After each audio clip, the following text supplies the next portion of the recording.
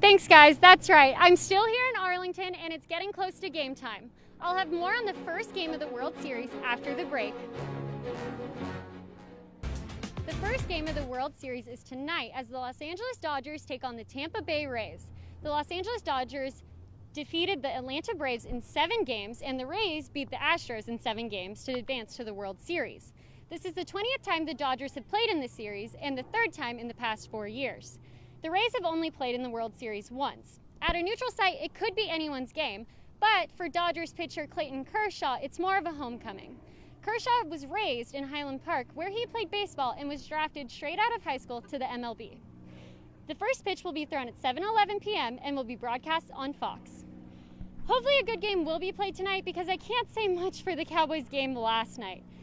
Prescott is out for the season, so backup quarterback Andy Dalton took over for the team this week.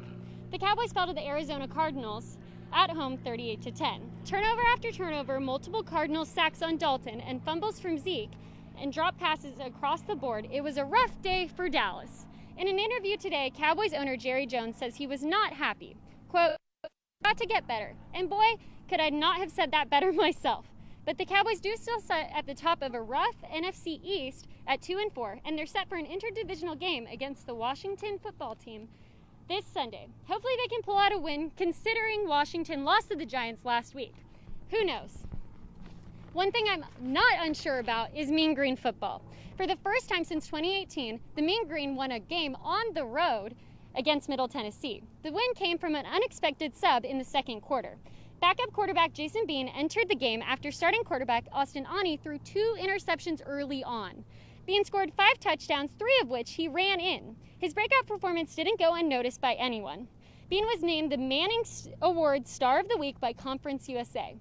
It is unknown whether Bean will be moved to the starting spot for the Mean Green next game against UTEP in El Paso on Halloween. That's all I have for sports. Back to you guys in the studio. In another sad weekend for the NFC East, the Cowboys and Giants collected another loss for their seasons. 2 interdivisional games last week marked 2 wins for the conference, though. The Washington football team held the Cowboys from scoring a single touchdown on Sunday in a 25-3 loss. Not only have the Cowboys lost starting quarterback Dak Prescott from injury, in the 3rd quarter on Sunday, backup quarterback Andy Dalton suffered a concussion on a hit to the head by Washington linebacker Jon Bostic. Bostic was ejected from the game but is not expected to be suspended. The Giants fell to the Eagles last Thursday as well in a much closer game, 21-22. The Eagles now sit at 2-4-1, and the Giants continue a mostly losing season with a record of 1-6. The Cowboys sit at 2-5, tied with Washington. The Cowboys will play the Eagles on Sunday at 7:20. It is unknown whether Dalton will be able to play. With all these losses, I am looking forward to some UNT football, and the Mean Green are back this Saturday for a spooky game after a bye week. The Mean Green will take on the UTEP Miners in El Paso. In a statement today, UTEP President Dr. Heather Wilson announced the game will be played without fans. Quote, "Miner fans have been terrific in following the best health practices at our games. At the same time, the disease levels around us are high, and in support of El Paso's efforts to keep people home, we have decided not to allow fans at Saturday's game. This is the first time the Mean Green will play without fans so far this season." In their most recent game, the Mean Green defeated Middle Tennessee 52-35 with the help from second-string quarterback Jason Bean. It is unknown which UNT quarterback will start for the Mean Green on Saturday. We are just a little under an hour away from Game 6 of the World Series, and just last Tuesday, the first game of the World Series was being played between the Los Angeles Dodgers and the Tampa Bay Rays right here in DFW at Globe Life Field. Tonight marks Game 6 of the series, and the Dodgers could win it all if they defeat the Rays tonight. LA leads the series 3-2, and with some exciting news for pitcher Clayton Kershaw, the momentum is in their favor. In Game 5 on Sunday night, Kershaw broke the MLB record for most strikeouts in postseason history. Kershaw will not play tonight. But after the big win on Sunday, Clayton Kershaw had a press conference. Jordan, I don't know if you have the chance to see it, but it's one of the most adorable press conferences ever.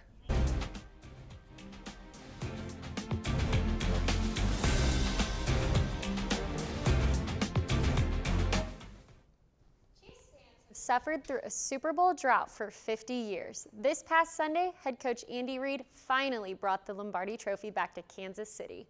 Reid has consistently been a top coach in the NFL, but has always fallen short of the big game. This win almost certainly secures his place in the Hall of Fame. He has always been beloved by players across the league, and on Sunday, it was clear that his team didn't just care about this win for themselves. The ultimate triumph Kansas City had over the 49ers in the fourth quarter was clearly fueled by their love for Andy Reid. The Super Bowl marks the end of the NFL season, but that doesn't mean the end of football. Starting this weekend, the XFL will kick off for the first time in 19 years. One of the 8 teams is moving right into our backyard. The Dallas Renegades will play their first game this Sunday against the St. Louis Battlehawks at Globe Life Park in Arlington, Texas. UNT's very own Lance Dunbar will be making his return to professional sports, starting as the Dallas Renegades running back. Speaking of UNT athletes, the Mean Green men's basketball team are currently 14-9 after falling to the Rice Owls last week. They remain first ranked in Conference USA. However, to have any hope of making the NCAA tournament, they must win out and then go on to win the conference tournament. After hopefully propelling themselves into the NCAA tournament in the chaos that is March Madness, anything can happen. Looking ahead, they play on their road against Middle Tennessee tomorrow night. That's all for sports. Back to you at the desk.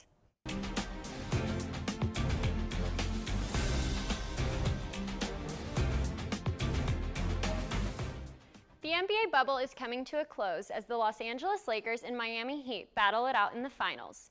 The Lakers took Game 1 and 2, but the Heat turned it on for Game 3 on Sunday night. Jimmy Buckets Butler specifically turned it on for the Heat. Playing arguably the best game of his life, he finished the game with 40 points, 11 rebounds, and 13 assists. A triple-double finals first for the forward. Frustrated by the 115-104 loss, LeBron left the court before the final buzzer had sounded.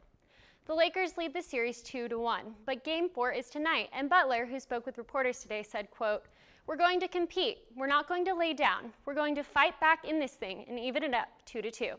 And I think they plan to do exactly that. With a possible return from Bam Adebayo, who is upgraded to questionable for Game 4 today, the added height plus Butler's will to win could even the series up for sure." Speaking of big games, a local rivalry was put on a big stage last Friday night as 5A number 10 ranked Denton Ryan took on 6A number 4 Denton Guyer in the Battle of Denton. It was Ryan who took the field with force, defensively dominating Guyer's high-powered offense, who is led under quarterback Eli Stowers, an A&M commit. Both teams are known for being historically good in their divisions, both made it to last year's state championships, and both lost. Ryan held Guyer to only 7 first downs the entire game, totaling 223 yards. The final score was close, though, at 23-20. This win marks Ryan's second win against a 6A team this season. Ryan now leads the rivalry 5-3. I'm glad good football is being played somewhere, because the NFC East cannot say the same. The Cowboys fell to the Cleveland Browns on Sunday, 49-38. This is the third loss for the Cowboys this season, and their record stands at 1-3. The Washington football team also have a record of 1-3, their last 3 games being losses. The Eagles recorded their first win of the season this past weekend against the 49ers, and they could be doing more. They could be doing better in terms of winning, but they tied the Bengals in Week 3. The Giants sit at the very end of the division at 0-4. At least one NFC team should secure a win this weekend, as the Cowboys take on the Giants in a divisional matchup on Sunday in Dallas. That's all I have for sports. Back to you, Jordan.